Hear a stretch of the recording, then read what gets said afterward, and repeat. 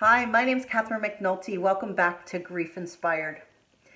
At Grief Inspired, what I aim to do is let people know that you can do more than just survive grief.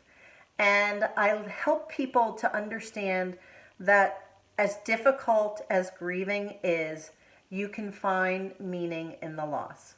And that's what I try to do on a day-to-day basis. So today I want to talk about anxiety and how anxiety and grief often go hand in hand, and that if you are experiencing anxiety as part of your grief process, I want to give you a little bit more understanding and some tools about what's going on to help you be in control of your anxiety, of your emotions, of your mental thoughts. So what is anxiety? So anxiety is a heightened state of awareness. Now, typically, anxiety biologically, evolutionarily, is, I'm sure you've heard of the fight or flight response. So the fight or flight response is really something that your body does to keep you safe, to keep you alive, to get you out of harm's way, to get you out of trouble. And so what happens is an event happens, your body recognizes danger mentally. It goes to your head. Neurons then fire and hormones are released, and it puts you in a heightened state of awareness. They call that the acute stress response. But sometimes what happens is the normal response is when that happens, as soon as the danger goes away, then the anxiety should also go away. The stress response should resolve itself. But for some of us, that doesn't happen. And so we stay in this heightened state of awareness, and it's uncomfortable in the body because your body's not supposed to be that way. And what that looks like and the way that manifests itself is you feel like you can never relax. You start having racing thoughts. You ruminate over and over again about situations that have occurred or things that you need to do. And there's constant worry around what has already happened, what's going to happen, immediately or in the future. So it's a constant worry. And the way that shows up physically in your body is, and I can think of it now, is that you can imagine, they often say, and I know exactly what this is, and so I'll try to describe it to you, but you feel like your body is buzzing. And it's because you have this surge of emotions that's going through you all of the time. And you can't stop them and you can't control them. And that's why it feels so out of control. And then when that gets taken to the next level, when you have a full-blown panic attacks are the result of your thought process. So you think things in your head, then your body responds, and you feel panic. And so with a true panic attack, again, it's the fight or flight response. Your body is trying to protect itself. You start to hyperventilate. You breathe more quickly. You may start to sweat. Your heart will begin to palpitate. For me, I've had a couple of very serious panic attacks where all of the blood from your body starts to rush to your brain and to your heart because your body thinks something is happening that's dangerous, and your body is designed to try to protect you. And so what happens with that is that your fingers and even your toes or your legs will start to go numb, and you'll feel this numb feeling. And then what happens is you feel like, oh my gosh, I'm either having a heart attack because my heart is palpitating, or something's happening because I can't feel my fingers anymore. And that creates more panic and more fear, and things kind of spiral out of control. Now, eventually, whenever what the trigger was for the panic attack calms down or goes away, we come back down. But the thing to know is that panic attacks take a lot of energy out of you. And sometimes they will come on without any warning. You might know what the trigger is, you might not. And it can be very frightening.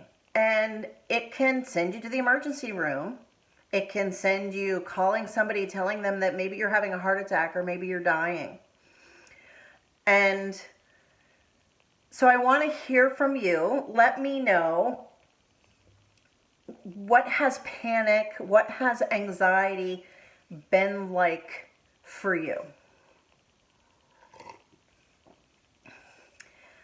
And what is interesting about anxiety, so there's situation anxiety where it happens just for a few moments and then it goes away. And then there's sort of an acute stress response, and then also a response that keeps going. And so you stay in this, they call it hyperarousal or hypersensitive state of awareness. And it makes it so that you can't relax, you can't slow down. It's hard to catch your breath. There's certain things that people with this level of anxiety and can't do. So for example, I have a hard time sitting and reading a story, or reading a book, sitting at the beach, just sitting there doing nothing, right? Because you can't relax. Sitting outside in nature and just without doing anything else. I mean, even now when I watch TV, I find myself looking at my phone because we're so addicted to our phones, but it gives you something to do and it gives you a sense of control. So, why does anxiety make you feel so out of control? And I guess the other question is, that's my opinion. Do you feel the same way? Do you feel like anxiety really takes over and your body can't control it? I'd love to hear what you have to say, so please leave me a comment below. So the question becomes is, how do you get back to calming down, decreasing the stress response, relieving your anxiety, and coming to stillness? Because what the goal is, in my opinion, the true goal is to be able to sit quietly with nothing going on around you and be still in that moment. And I know a lot of people say, well, I just can't meditate. I can't do yoga. I can't meditate. It's just not for me. It's not something that works for me. Well, the whole point of both yoga and meditation is because it is for you. Right? So yoga and meditation is not necessarily just for people who are calm and easygoing. It may seem that way because in time, as they practice yoga, practice meditation, they do get calmer and calmer in general. And that's a good thing. So if you're one of the people who says, I can't meditate, I can't calm down, I'm way too anxious, that's just not for me, I want to challenge you. I want to challenge you, and I want you to begin to try. Now, some people say, well, I tried to meditate and it didn't work. And what a lot of people don't know is yoga was invented to help monks who wanted to meditate, who needed to meditate as part of their religious practice, to sit still, because it's hard to sit still. So the great thing about yoga, and my advice to you if you haven't tried yoga, is the way to look at it is it's a way to prepare your body to be ready to sit still. So there's a variety of movements. You're stretching, you're checking your flexibility. You are using some strength of your muscles. So there's tightening of your muscles. And all of these things, when you finish a yoga practice, and it can be, as little as 10 or 15 minutes. So I'm not talking about going and paying a yoga studio all kinds of money to go to yoga and get new yoga clothes, and I don't have a mat and I don't have this. It's not about that. It's about taking a few moments to go to YouTube, look for a yoga practice. I've talked before, I like Yoga with Adrienne because I like that she's very calming and she's very non-judgmental for those of us who, really didn't know much about yoga. I didn't know much about yoga when I started, and I'm much more educated now. But you want to try to go ahead with a yoga practice, do a 10-minute yoga, and then sit still somewhere and see if you can sit. And again, it's not going to necessarily happen the first time. But what I want to encourage you to do is realize that it's a practice. I mean, sometimes we think that we need to be an expert in every field of everything instantaneously. And to be honest, that's just too much pressure. Don't put that level of pressure on you. So if you're feeling anxious, go ahead and engage in a practice. Do something physical.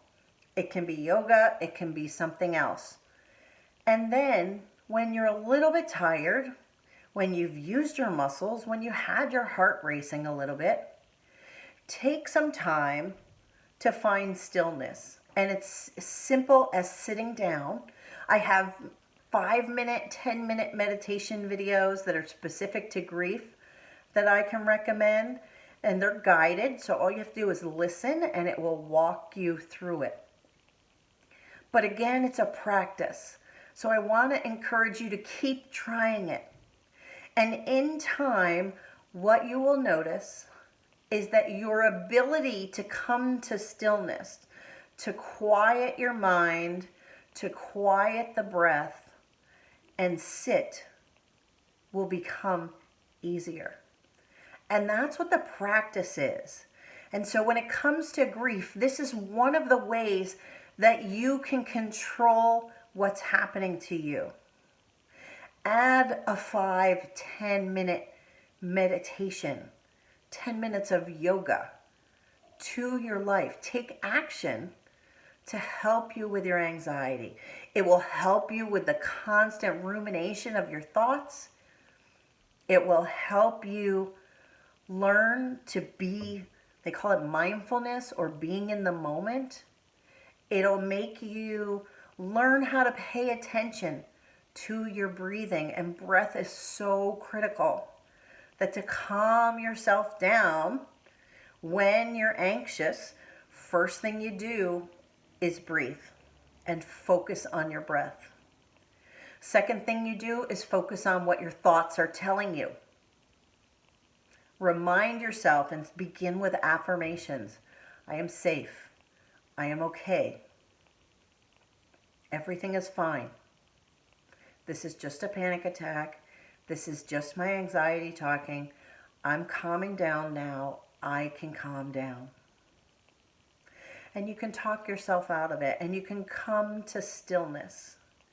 And when you sit in the stillness, that's when you can actually really start to think. You can tap into how you truly feel, because anxiety can mask everything. Anxiety can mask your sadness. Anxiety can mask your anger. Anxiety can mask your worry. And so it allows you to come to stillness. And when you come to stillness, that's when you can start to find meaning. You can start to understand what's going on within. You can begin to understand what's going on in the world around you. And you will gain insights, and it will help you find meaning in loss. Because it's there. It's a practice, and you have to find it. I didn't say it was easy, but you can absolutely do it.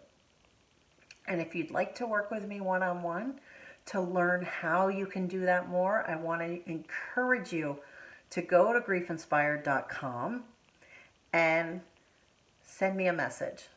There's a section in there where you can send me an email and say, hey, I'm interested in learning a little bit more. And we can talk about what's going on with you and how you can get in action, how you can take control of your grief, how you can do more than just survive this, right? Take back control. That's what you can do. And we can get you on the path to finding true meaning in what you're going through. Thank you so much for watching today. Please leave any comments below that you'd like. I'm always open to hearing them. If you have ideas for more videos, I love to hear them as well. And I'm more than happy to make a video just for you. So my name's Catherine McNulty. I am grief inspired, and I want you to be grief inspired too. Thanks so much and have a great day.